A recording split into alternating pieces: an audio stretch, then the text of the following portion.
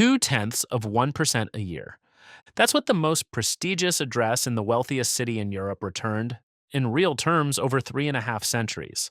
The figure comes from Piet Eichholtz, who tracked every recorded sale on Amsterdam's Herengracht from 1628 onward, adjust his numbers for the price of bread and rent, and a canal house bought in 1628 was worth barely twice as much in 1973. Not twice as much per decade. Twice. Total. So the obvious question is a hard one. Why did anyone build one, and where did the money actually go? Let's start with the thing itself. In the 1610s, Amsterdam did something few cities had ever tried. It planned an entire new district in advance. 3 great canals dug in a ring around the old town. The middle one was the Herengracht, the gentleman's canal, and it was meant for the rich. And the city wasn't being generous. It dug the canals, then sold the land along them to pay for the digging. The plots went at public auction, 1 strip at a time, from 1614. The whole ring was, in effect, the biggest property development of the age, run by the city itself. So say you wanted to build one. This is what you were buying into. First, the plot, narrow and deep, because the canal frontage was the expensive part. Then the ground itself, which was the real problem. This was a marsh. You couldn't just lay a foundation on it. The whole city is built on wood. Under every canal house are wooden piles. Whole tree trunks, 13 to 20 meters long, driven down in pairs through the peat until they hit firm sand. The Getty Conservation Institute describes the method. The trunks were cut level and the house built on top. That's the part the postcards leave out. A canal house is a brick box standing on a forest of buried logs. Then the house itself. It rose tall and narrow over several floors with a hoist beam jutting from the gable to lift goods up into the attic.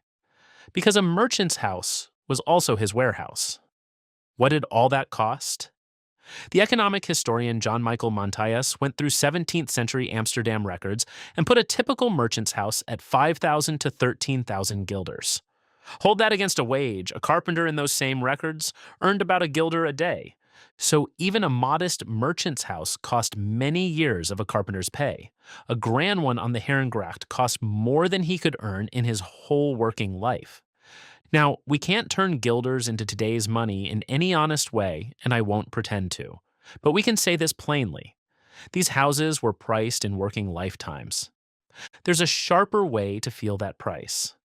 You've heard that in the tulip mania of 1637, a single bulb could sell for the price of a house. The historian Anne Goldgar went back through the receipts. The dearest she found was 5,000 guilders, near enough the price of a decent Amsterdam house. The tulip ruin itself is mostly legend, but look at what the legend reached for to measure madness, a house. So that's a typical house. But the Herengracht wasn't built for typical people. On its grandest stretch, the Golden Bend, the richest merchants bought 2 plots at once and built palaces.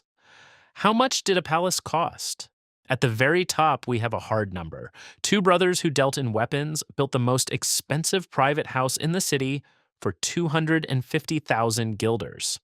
That's the ceiling. One house worth 20 ordinary merchants' homes or more. But the strange part is this. The more a house cost, the worse it paid. The same auction records show it plainly. The cheapest houses, the ones renting under 100 guilders a year, returned over 9%. The grand ones, renting over 1,000, returned barely 4%. So the palace was the most expensive house to buy, and guilder for guilder, the least rewarding to own. We even know the rich treated them as investments. When a merchant named Kromhout built a row of 4 houses on the Herengracht, he lived in the largest and rented out the other 3. The grander the address, the thinner the return. And there was one more cost. Every single year, for as long as you owned the place, the Dutch Republic taxed houses through something called the verpanding. In plain terms, a property tax. In the tax registers, it was set at 8.5% of what the house could rent for. A bigger house rented for more, so it was taxed more. You'll often hear these houses are narrow because of a tax on the width of the front. It's a neat story, but the timing is wrong. Most of the ring was built before that tax took hold. The real reason is the plots. The city cut the canal banks into thin, deep strips so that as many houses as possible could reach the water. Frontage was the scarce, costly thing. To build wide, you had to buy 2 strips, and only the richest did out on the Golden Bend. So the shape of these houses isn't a tax dodge, it's the price of the water in front of them. And under all of it, the foundation was never really safe. Those piles only last as long as they stay underwater. Let the water drop and they rot. So the house's lifespan wasn't a fixed number of years. It was a condition the owner never fully controlled. At this point, the evidence thins out. We have good records for what houses sold for. We have far less on what any single owner spent year to year keeping one standing.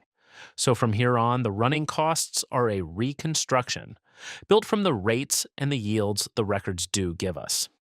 Before we run the numbers, one man shows you the risk.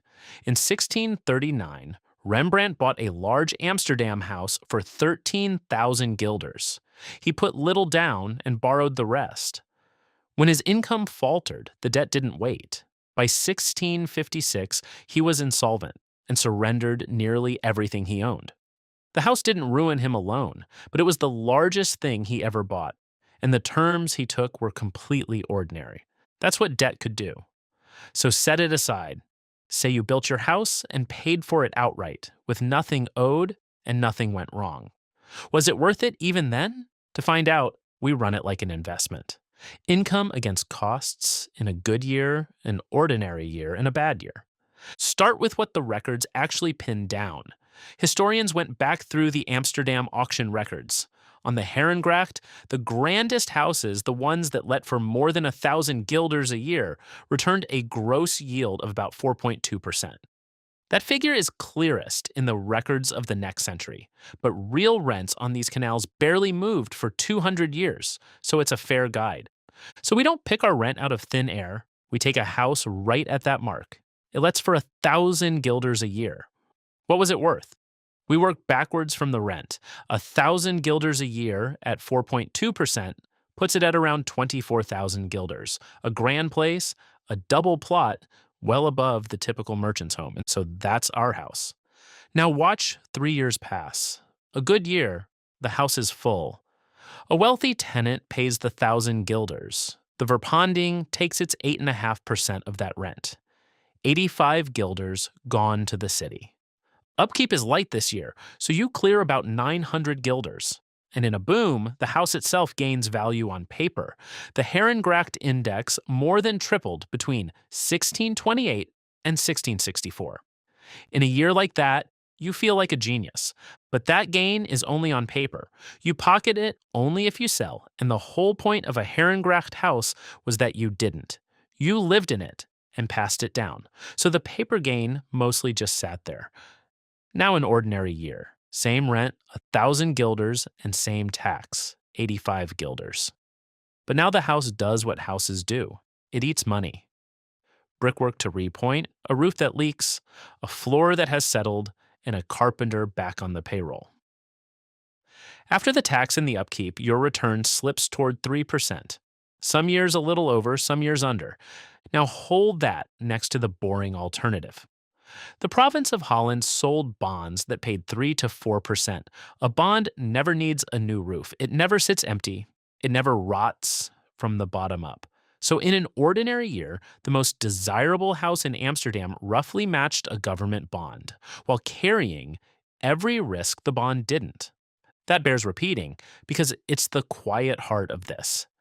The best address in the city in a normal year did about as well as lending money to the government, for far more work and far more risk. Then the bad year. 1672. France and England attacked the Republic at once, with 2 German states joining in. A French army takes Utrecht and pushes toward Amsterdam. In Dutch memory, this year has one name, the disaster year. Rents on the grandest houses collapse. In the worst of it, a house like yours could sit unlet for a season, and the income falls toward nothing. And the tax does the opposite. To pay for the war, the Verpanding was charged not once, but as many as 3 times in a single year. So picture the ledger. Little or no rent coming in. 3 times the normal tax going out. 85 guilders becomes more than 250. You can easily end that year down, paying more to the city than the house brought in. That's the explicit loss, not a smaller gain. A year where you pay out of your own pocket for the privilege of owning the thing. And that's only the cash. The house's value fell too. From its peak in 1664, the Herengracht Index dropped hard through the war years, and that was the bigger wound. A bad rental year costs you a few hundred guilders. A crash in the index quietly wipes out thousands on the single largest thing you own. Let me put the 3 years in one line because this is the whole argument. In a good year, you beat a bond. In an ordinary year, you match it with far more trouble. In a bad year, you pay to own the house. Average those out across a life and then across a century, and you land on the number we opened with. This channel does one thing. It takes the story you think you know, and it puts the ledger under it. If that's the kind of history you want more of, subscribe, and the next one finds you. Over 345 years, the real value of a Herengracht house only doubled. That's the 0.2% a year from the very start, and the rents tell the same story.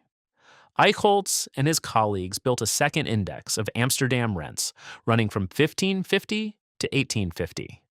In real terms, rents ended almost exactly where they began. The nominal numbers tripled, but so did the price of everything else. So where did the money go? Some went to the tax, every year forever. Some went into the ground, holding up a house that was always slowly trying to sink. Some went to carpenters and roofers and the endless upkeep of a heavy building on soft soil. And the rest simply never appeared. Because a prestige address doesn't compound. It sits there, looking magnificent, keeping pace with the price of bread. The Canal house was never a machine for making money. It was a place to keep money and to show it. A very expensive way to look rich, dressed up as an investment. Which brings us back to one man. In 1625, a carpenter named Peter Franz built a house on the New Herengracht, out at the edge of the growing city. He built it himself. It's one of the houses in Eichholtz's records. By every number here, that house was a mediocre investment. Over the centuries, its real value would only double. But watch what he actually did with it. Within 17 years, he'd done well enough to buy the house next door. His daughter and her husband moved into it. In 1683, decades later, he was still listed as the owner of both. He never sold. And that's the reversal. Measured as an asset, the Canal house barely beat inflation. But Peter Franz didn't build an asset, he built a house. For his family, on the best street in the richest city in the world. And he kept it and passed it on. By the index, he lost. By every measure that made him build the thing in the first place, he won. The ledger and the life were never the same account.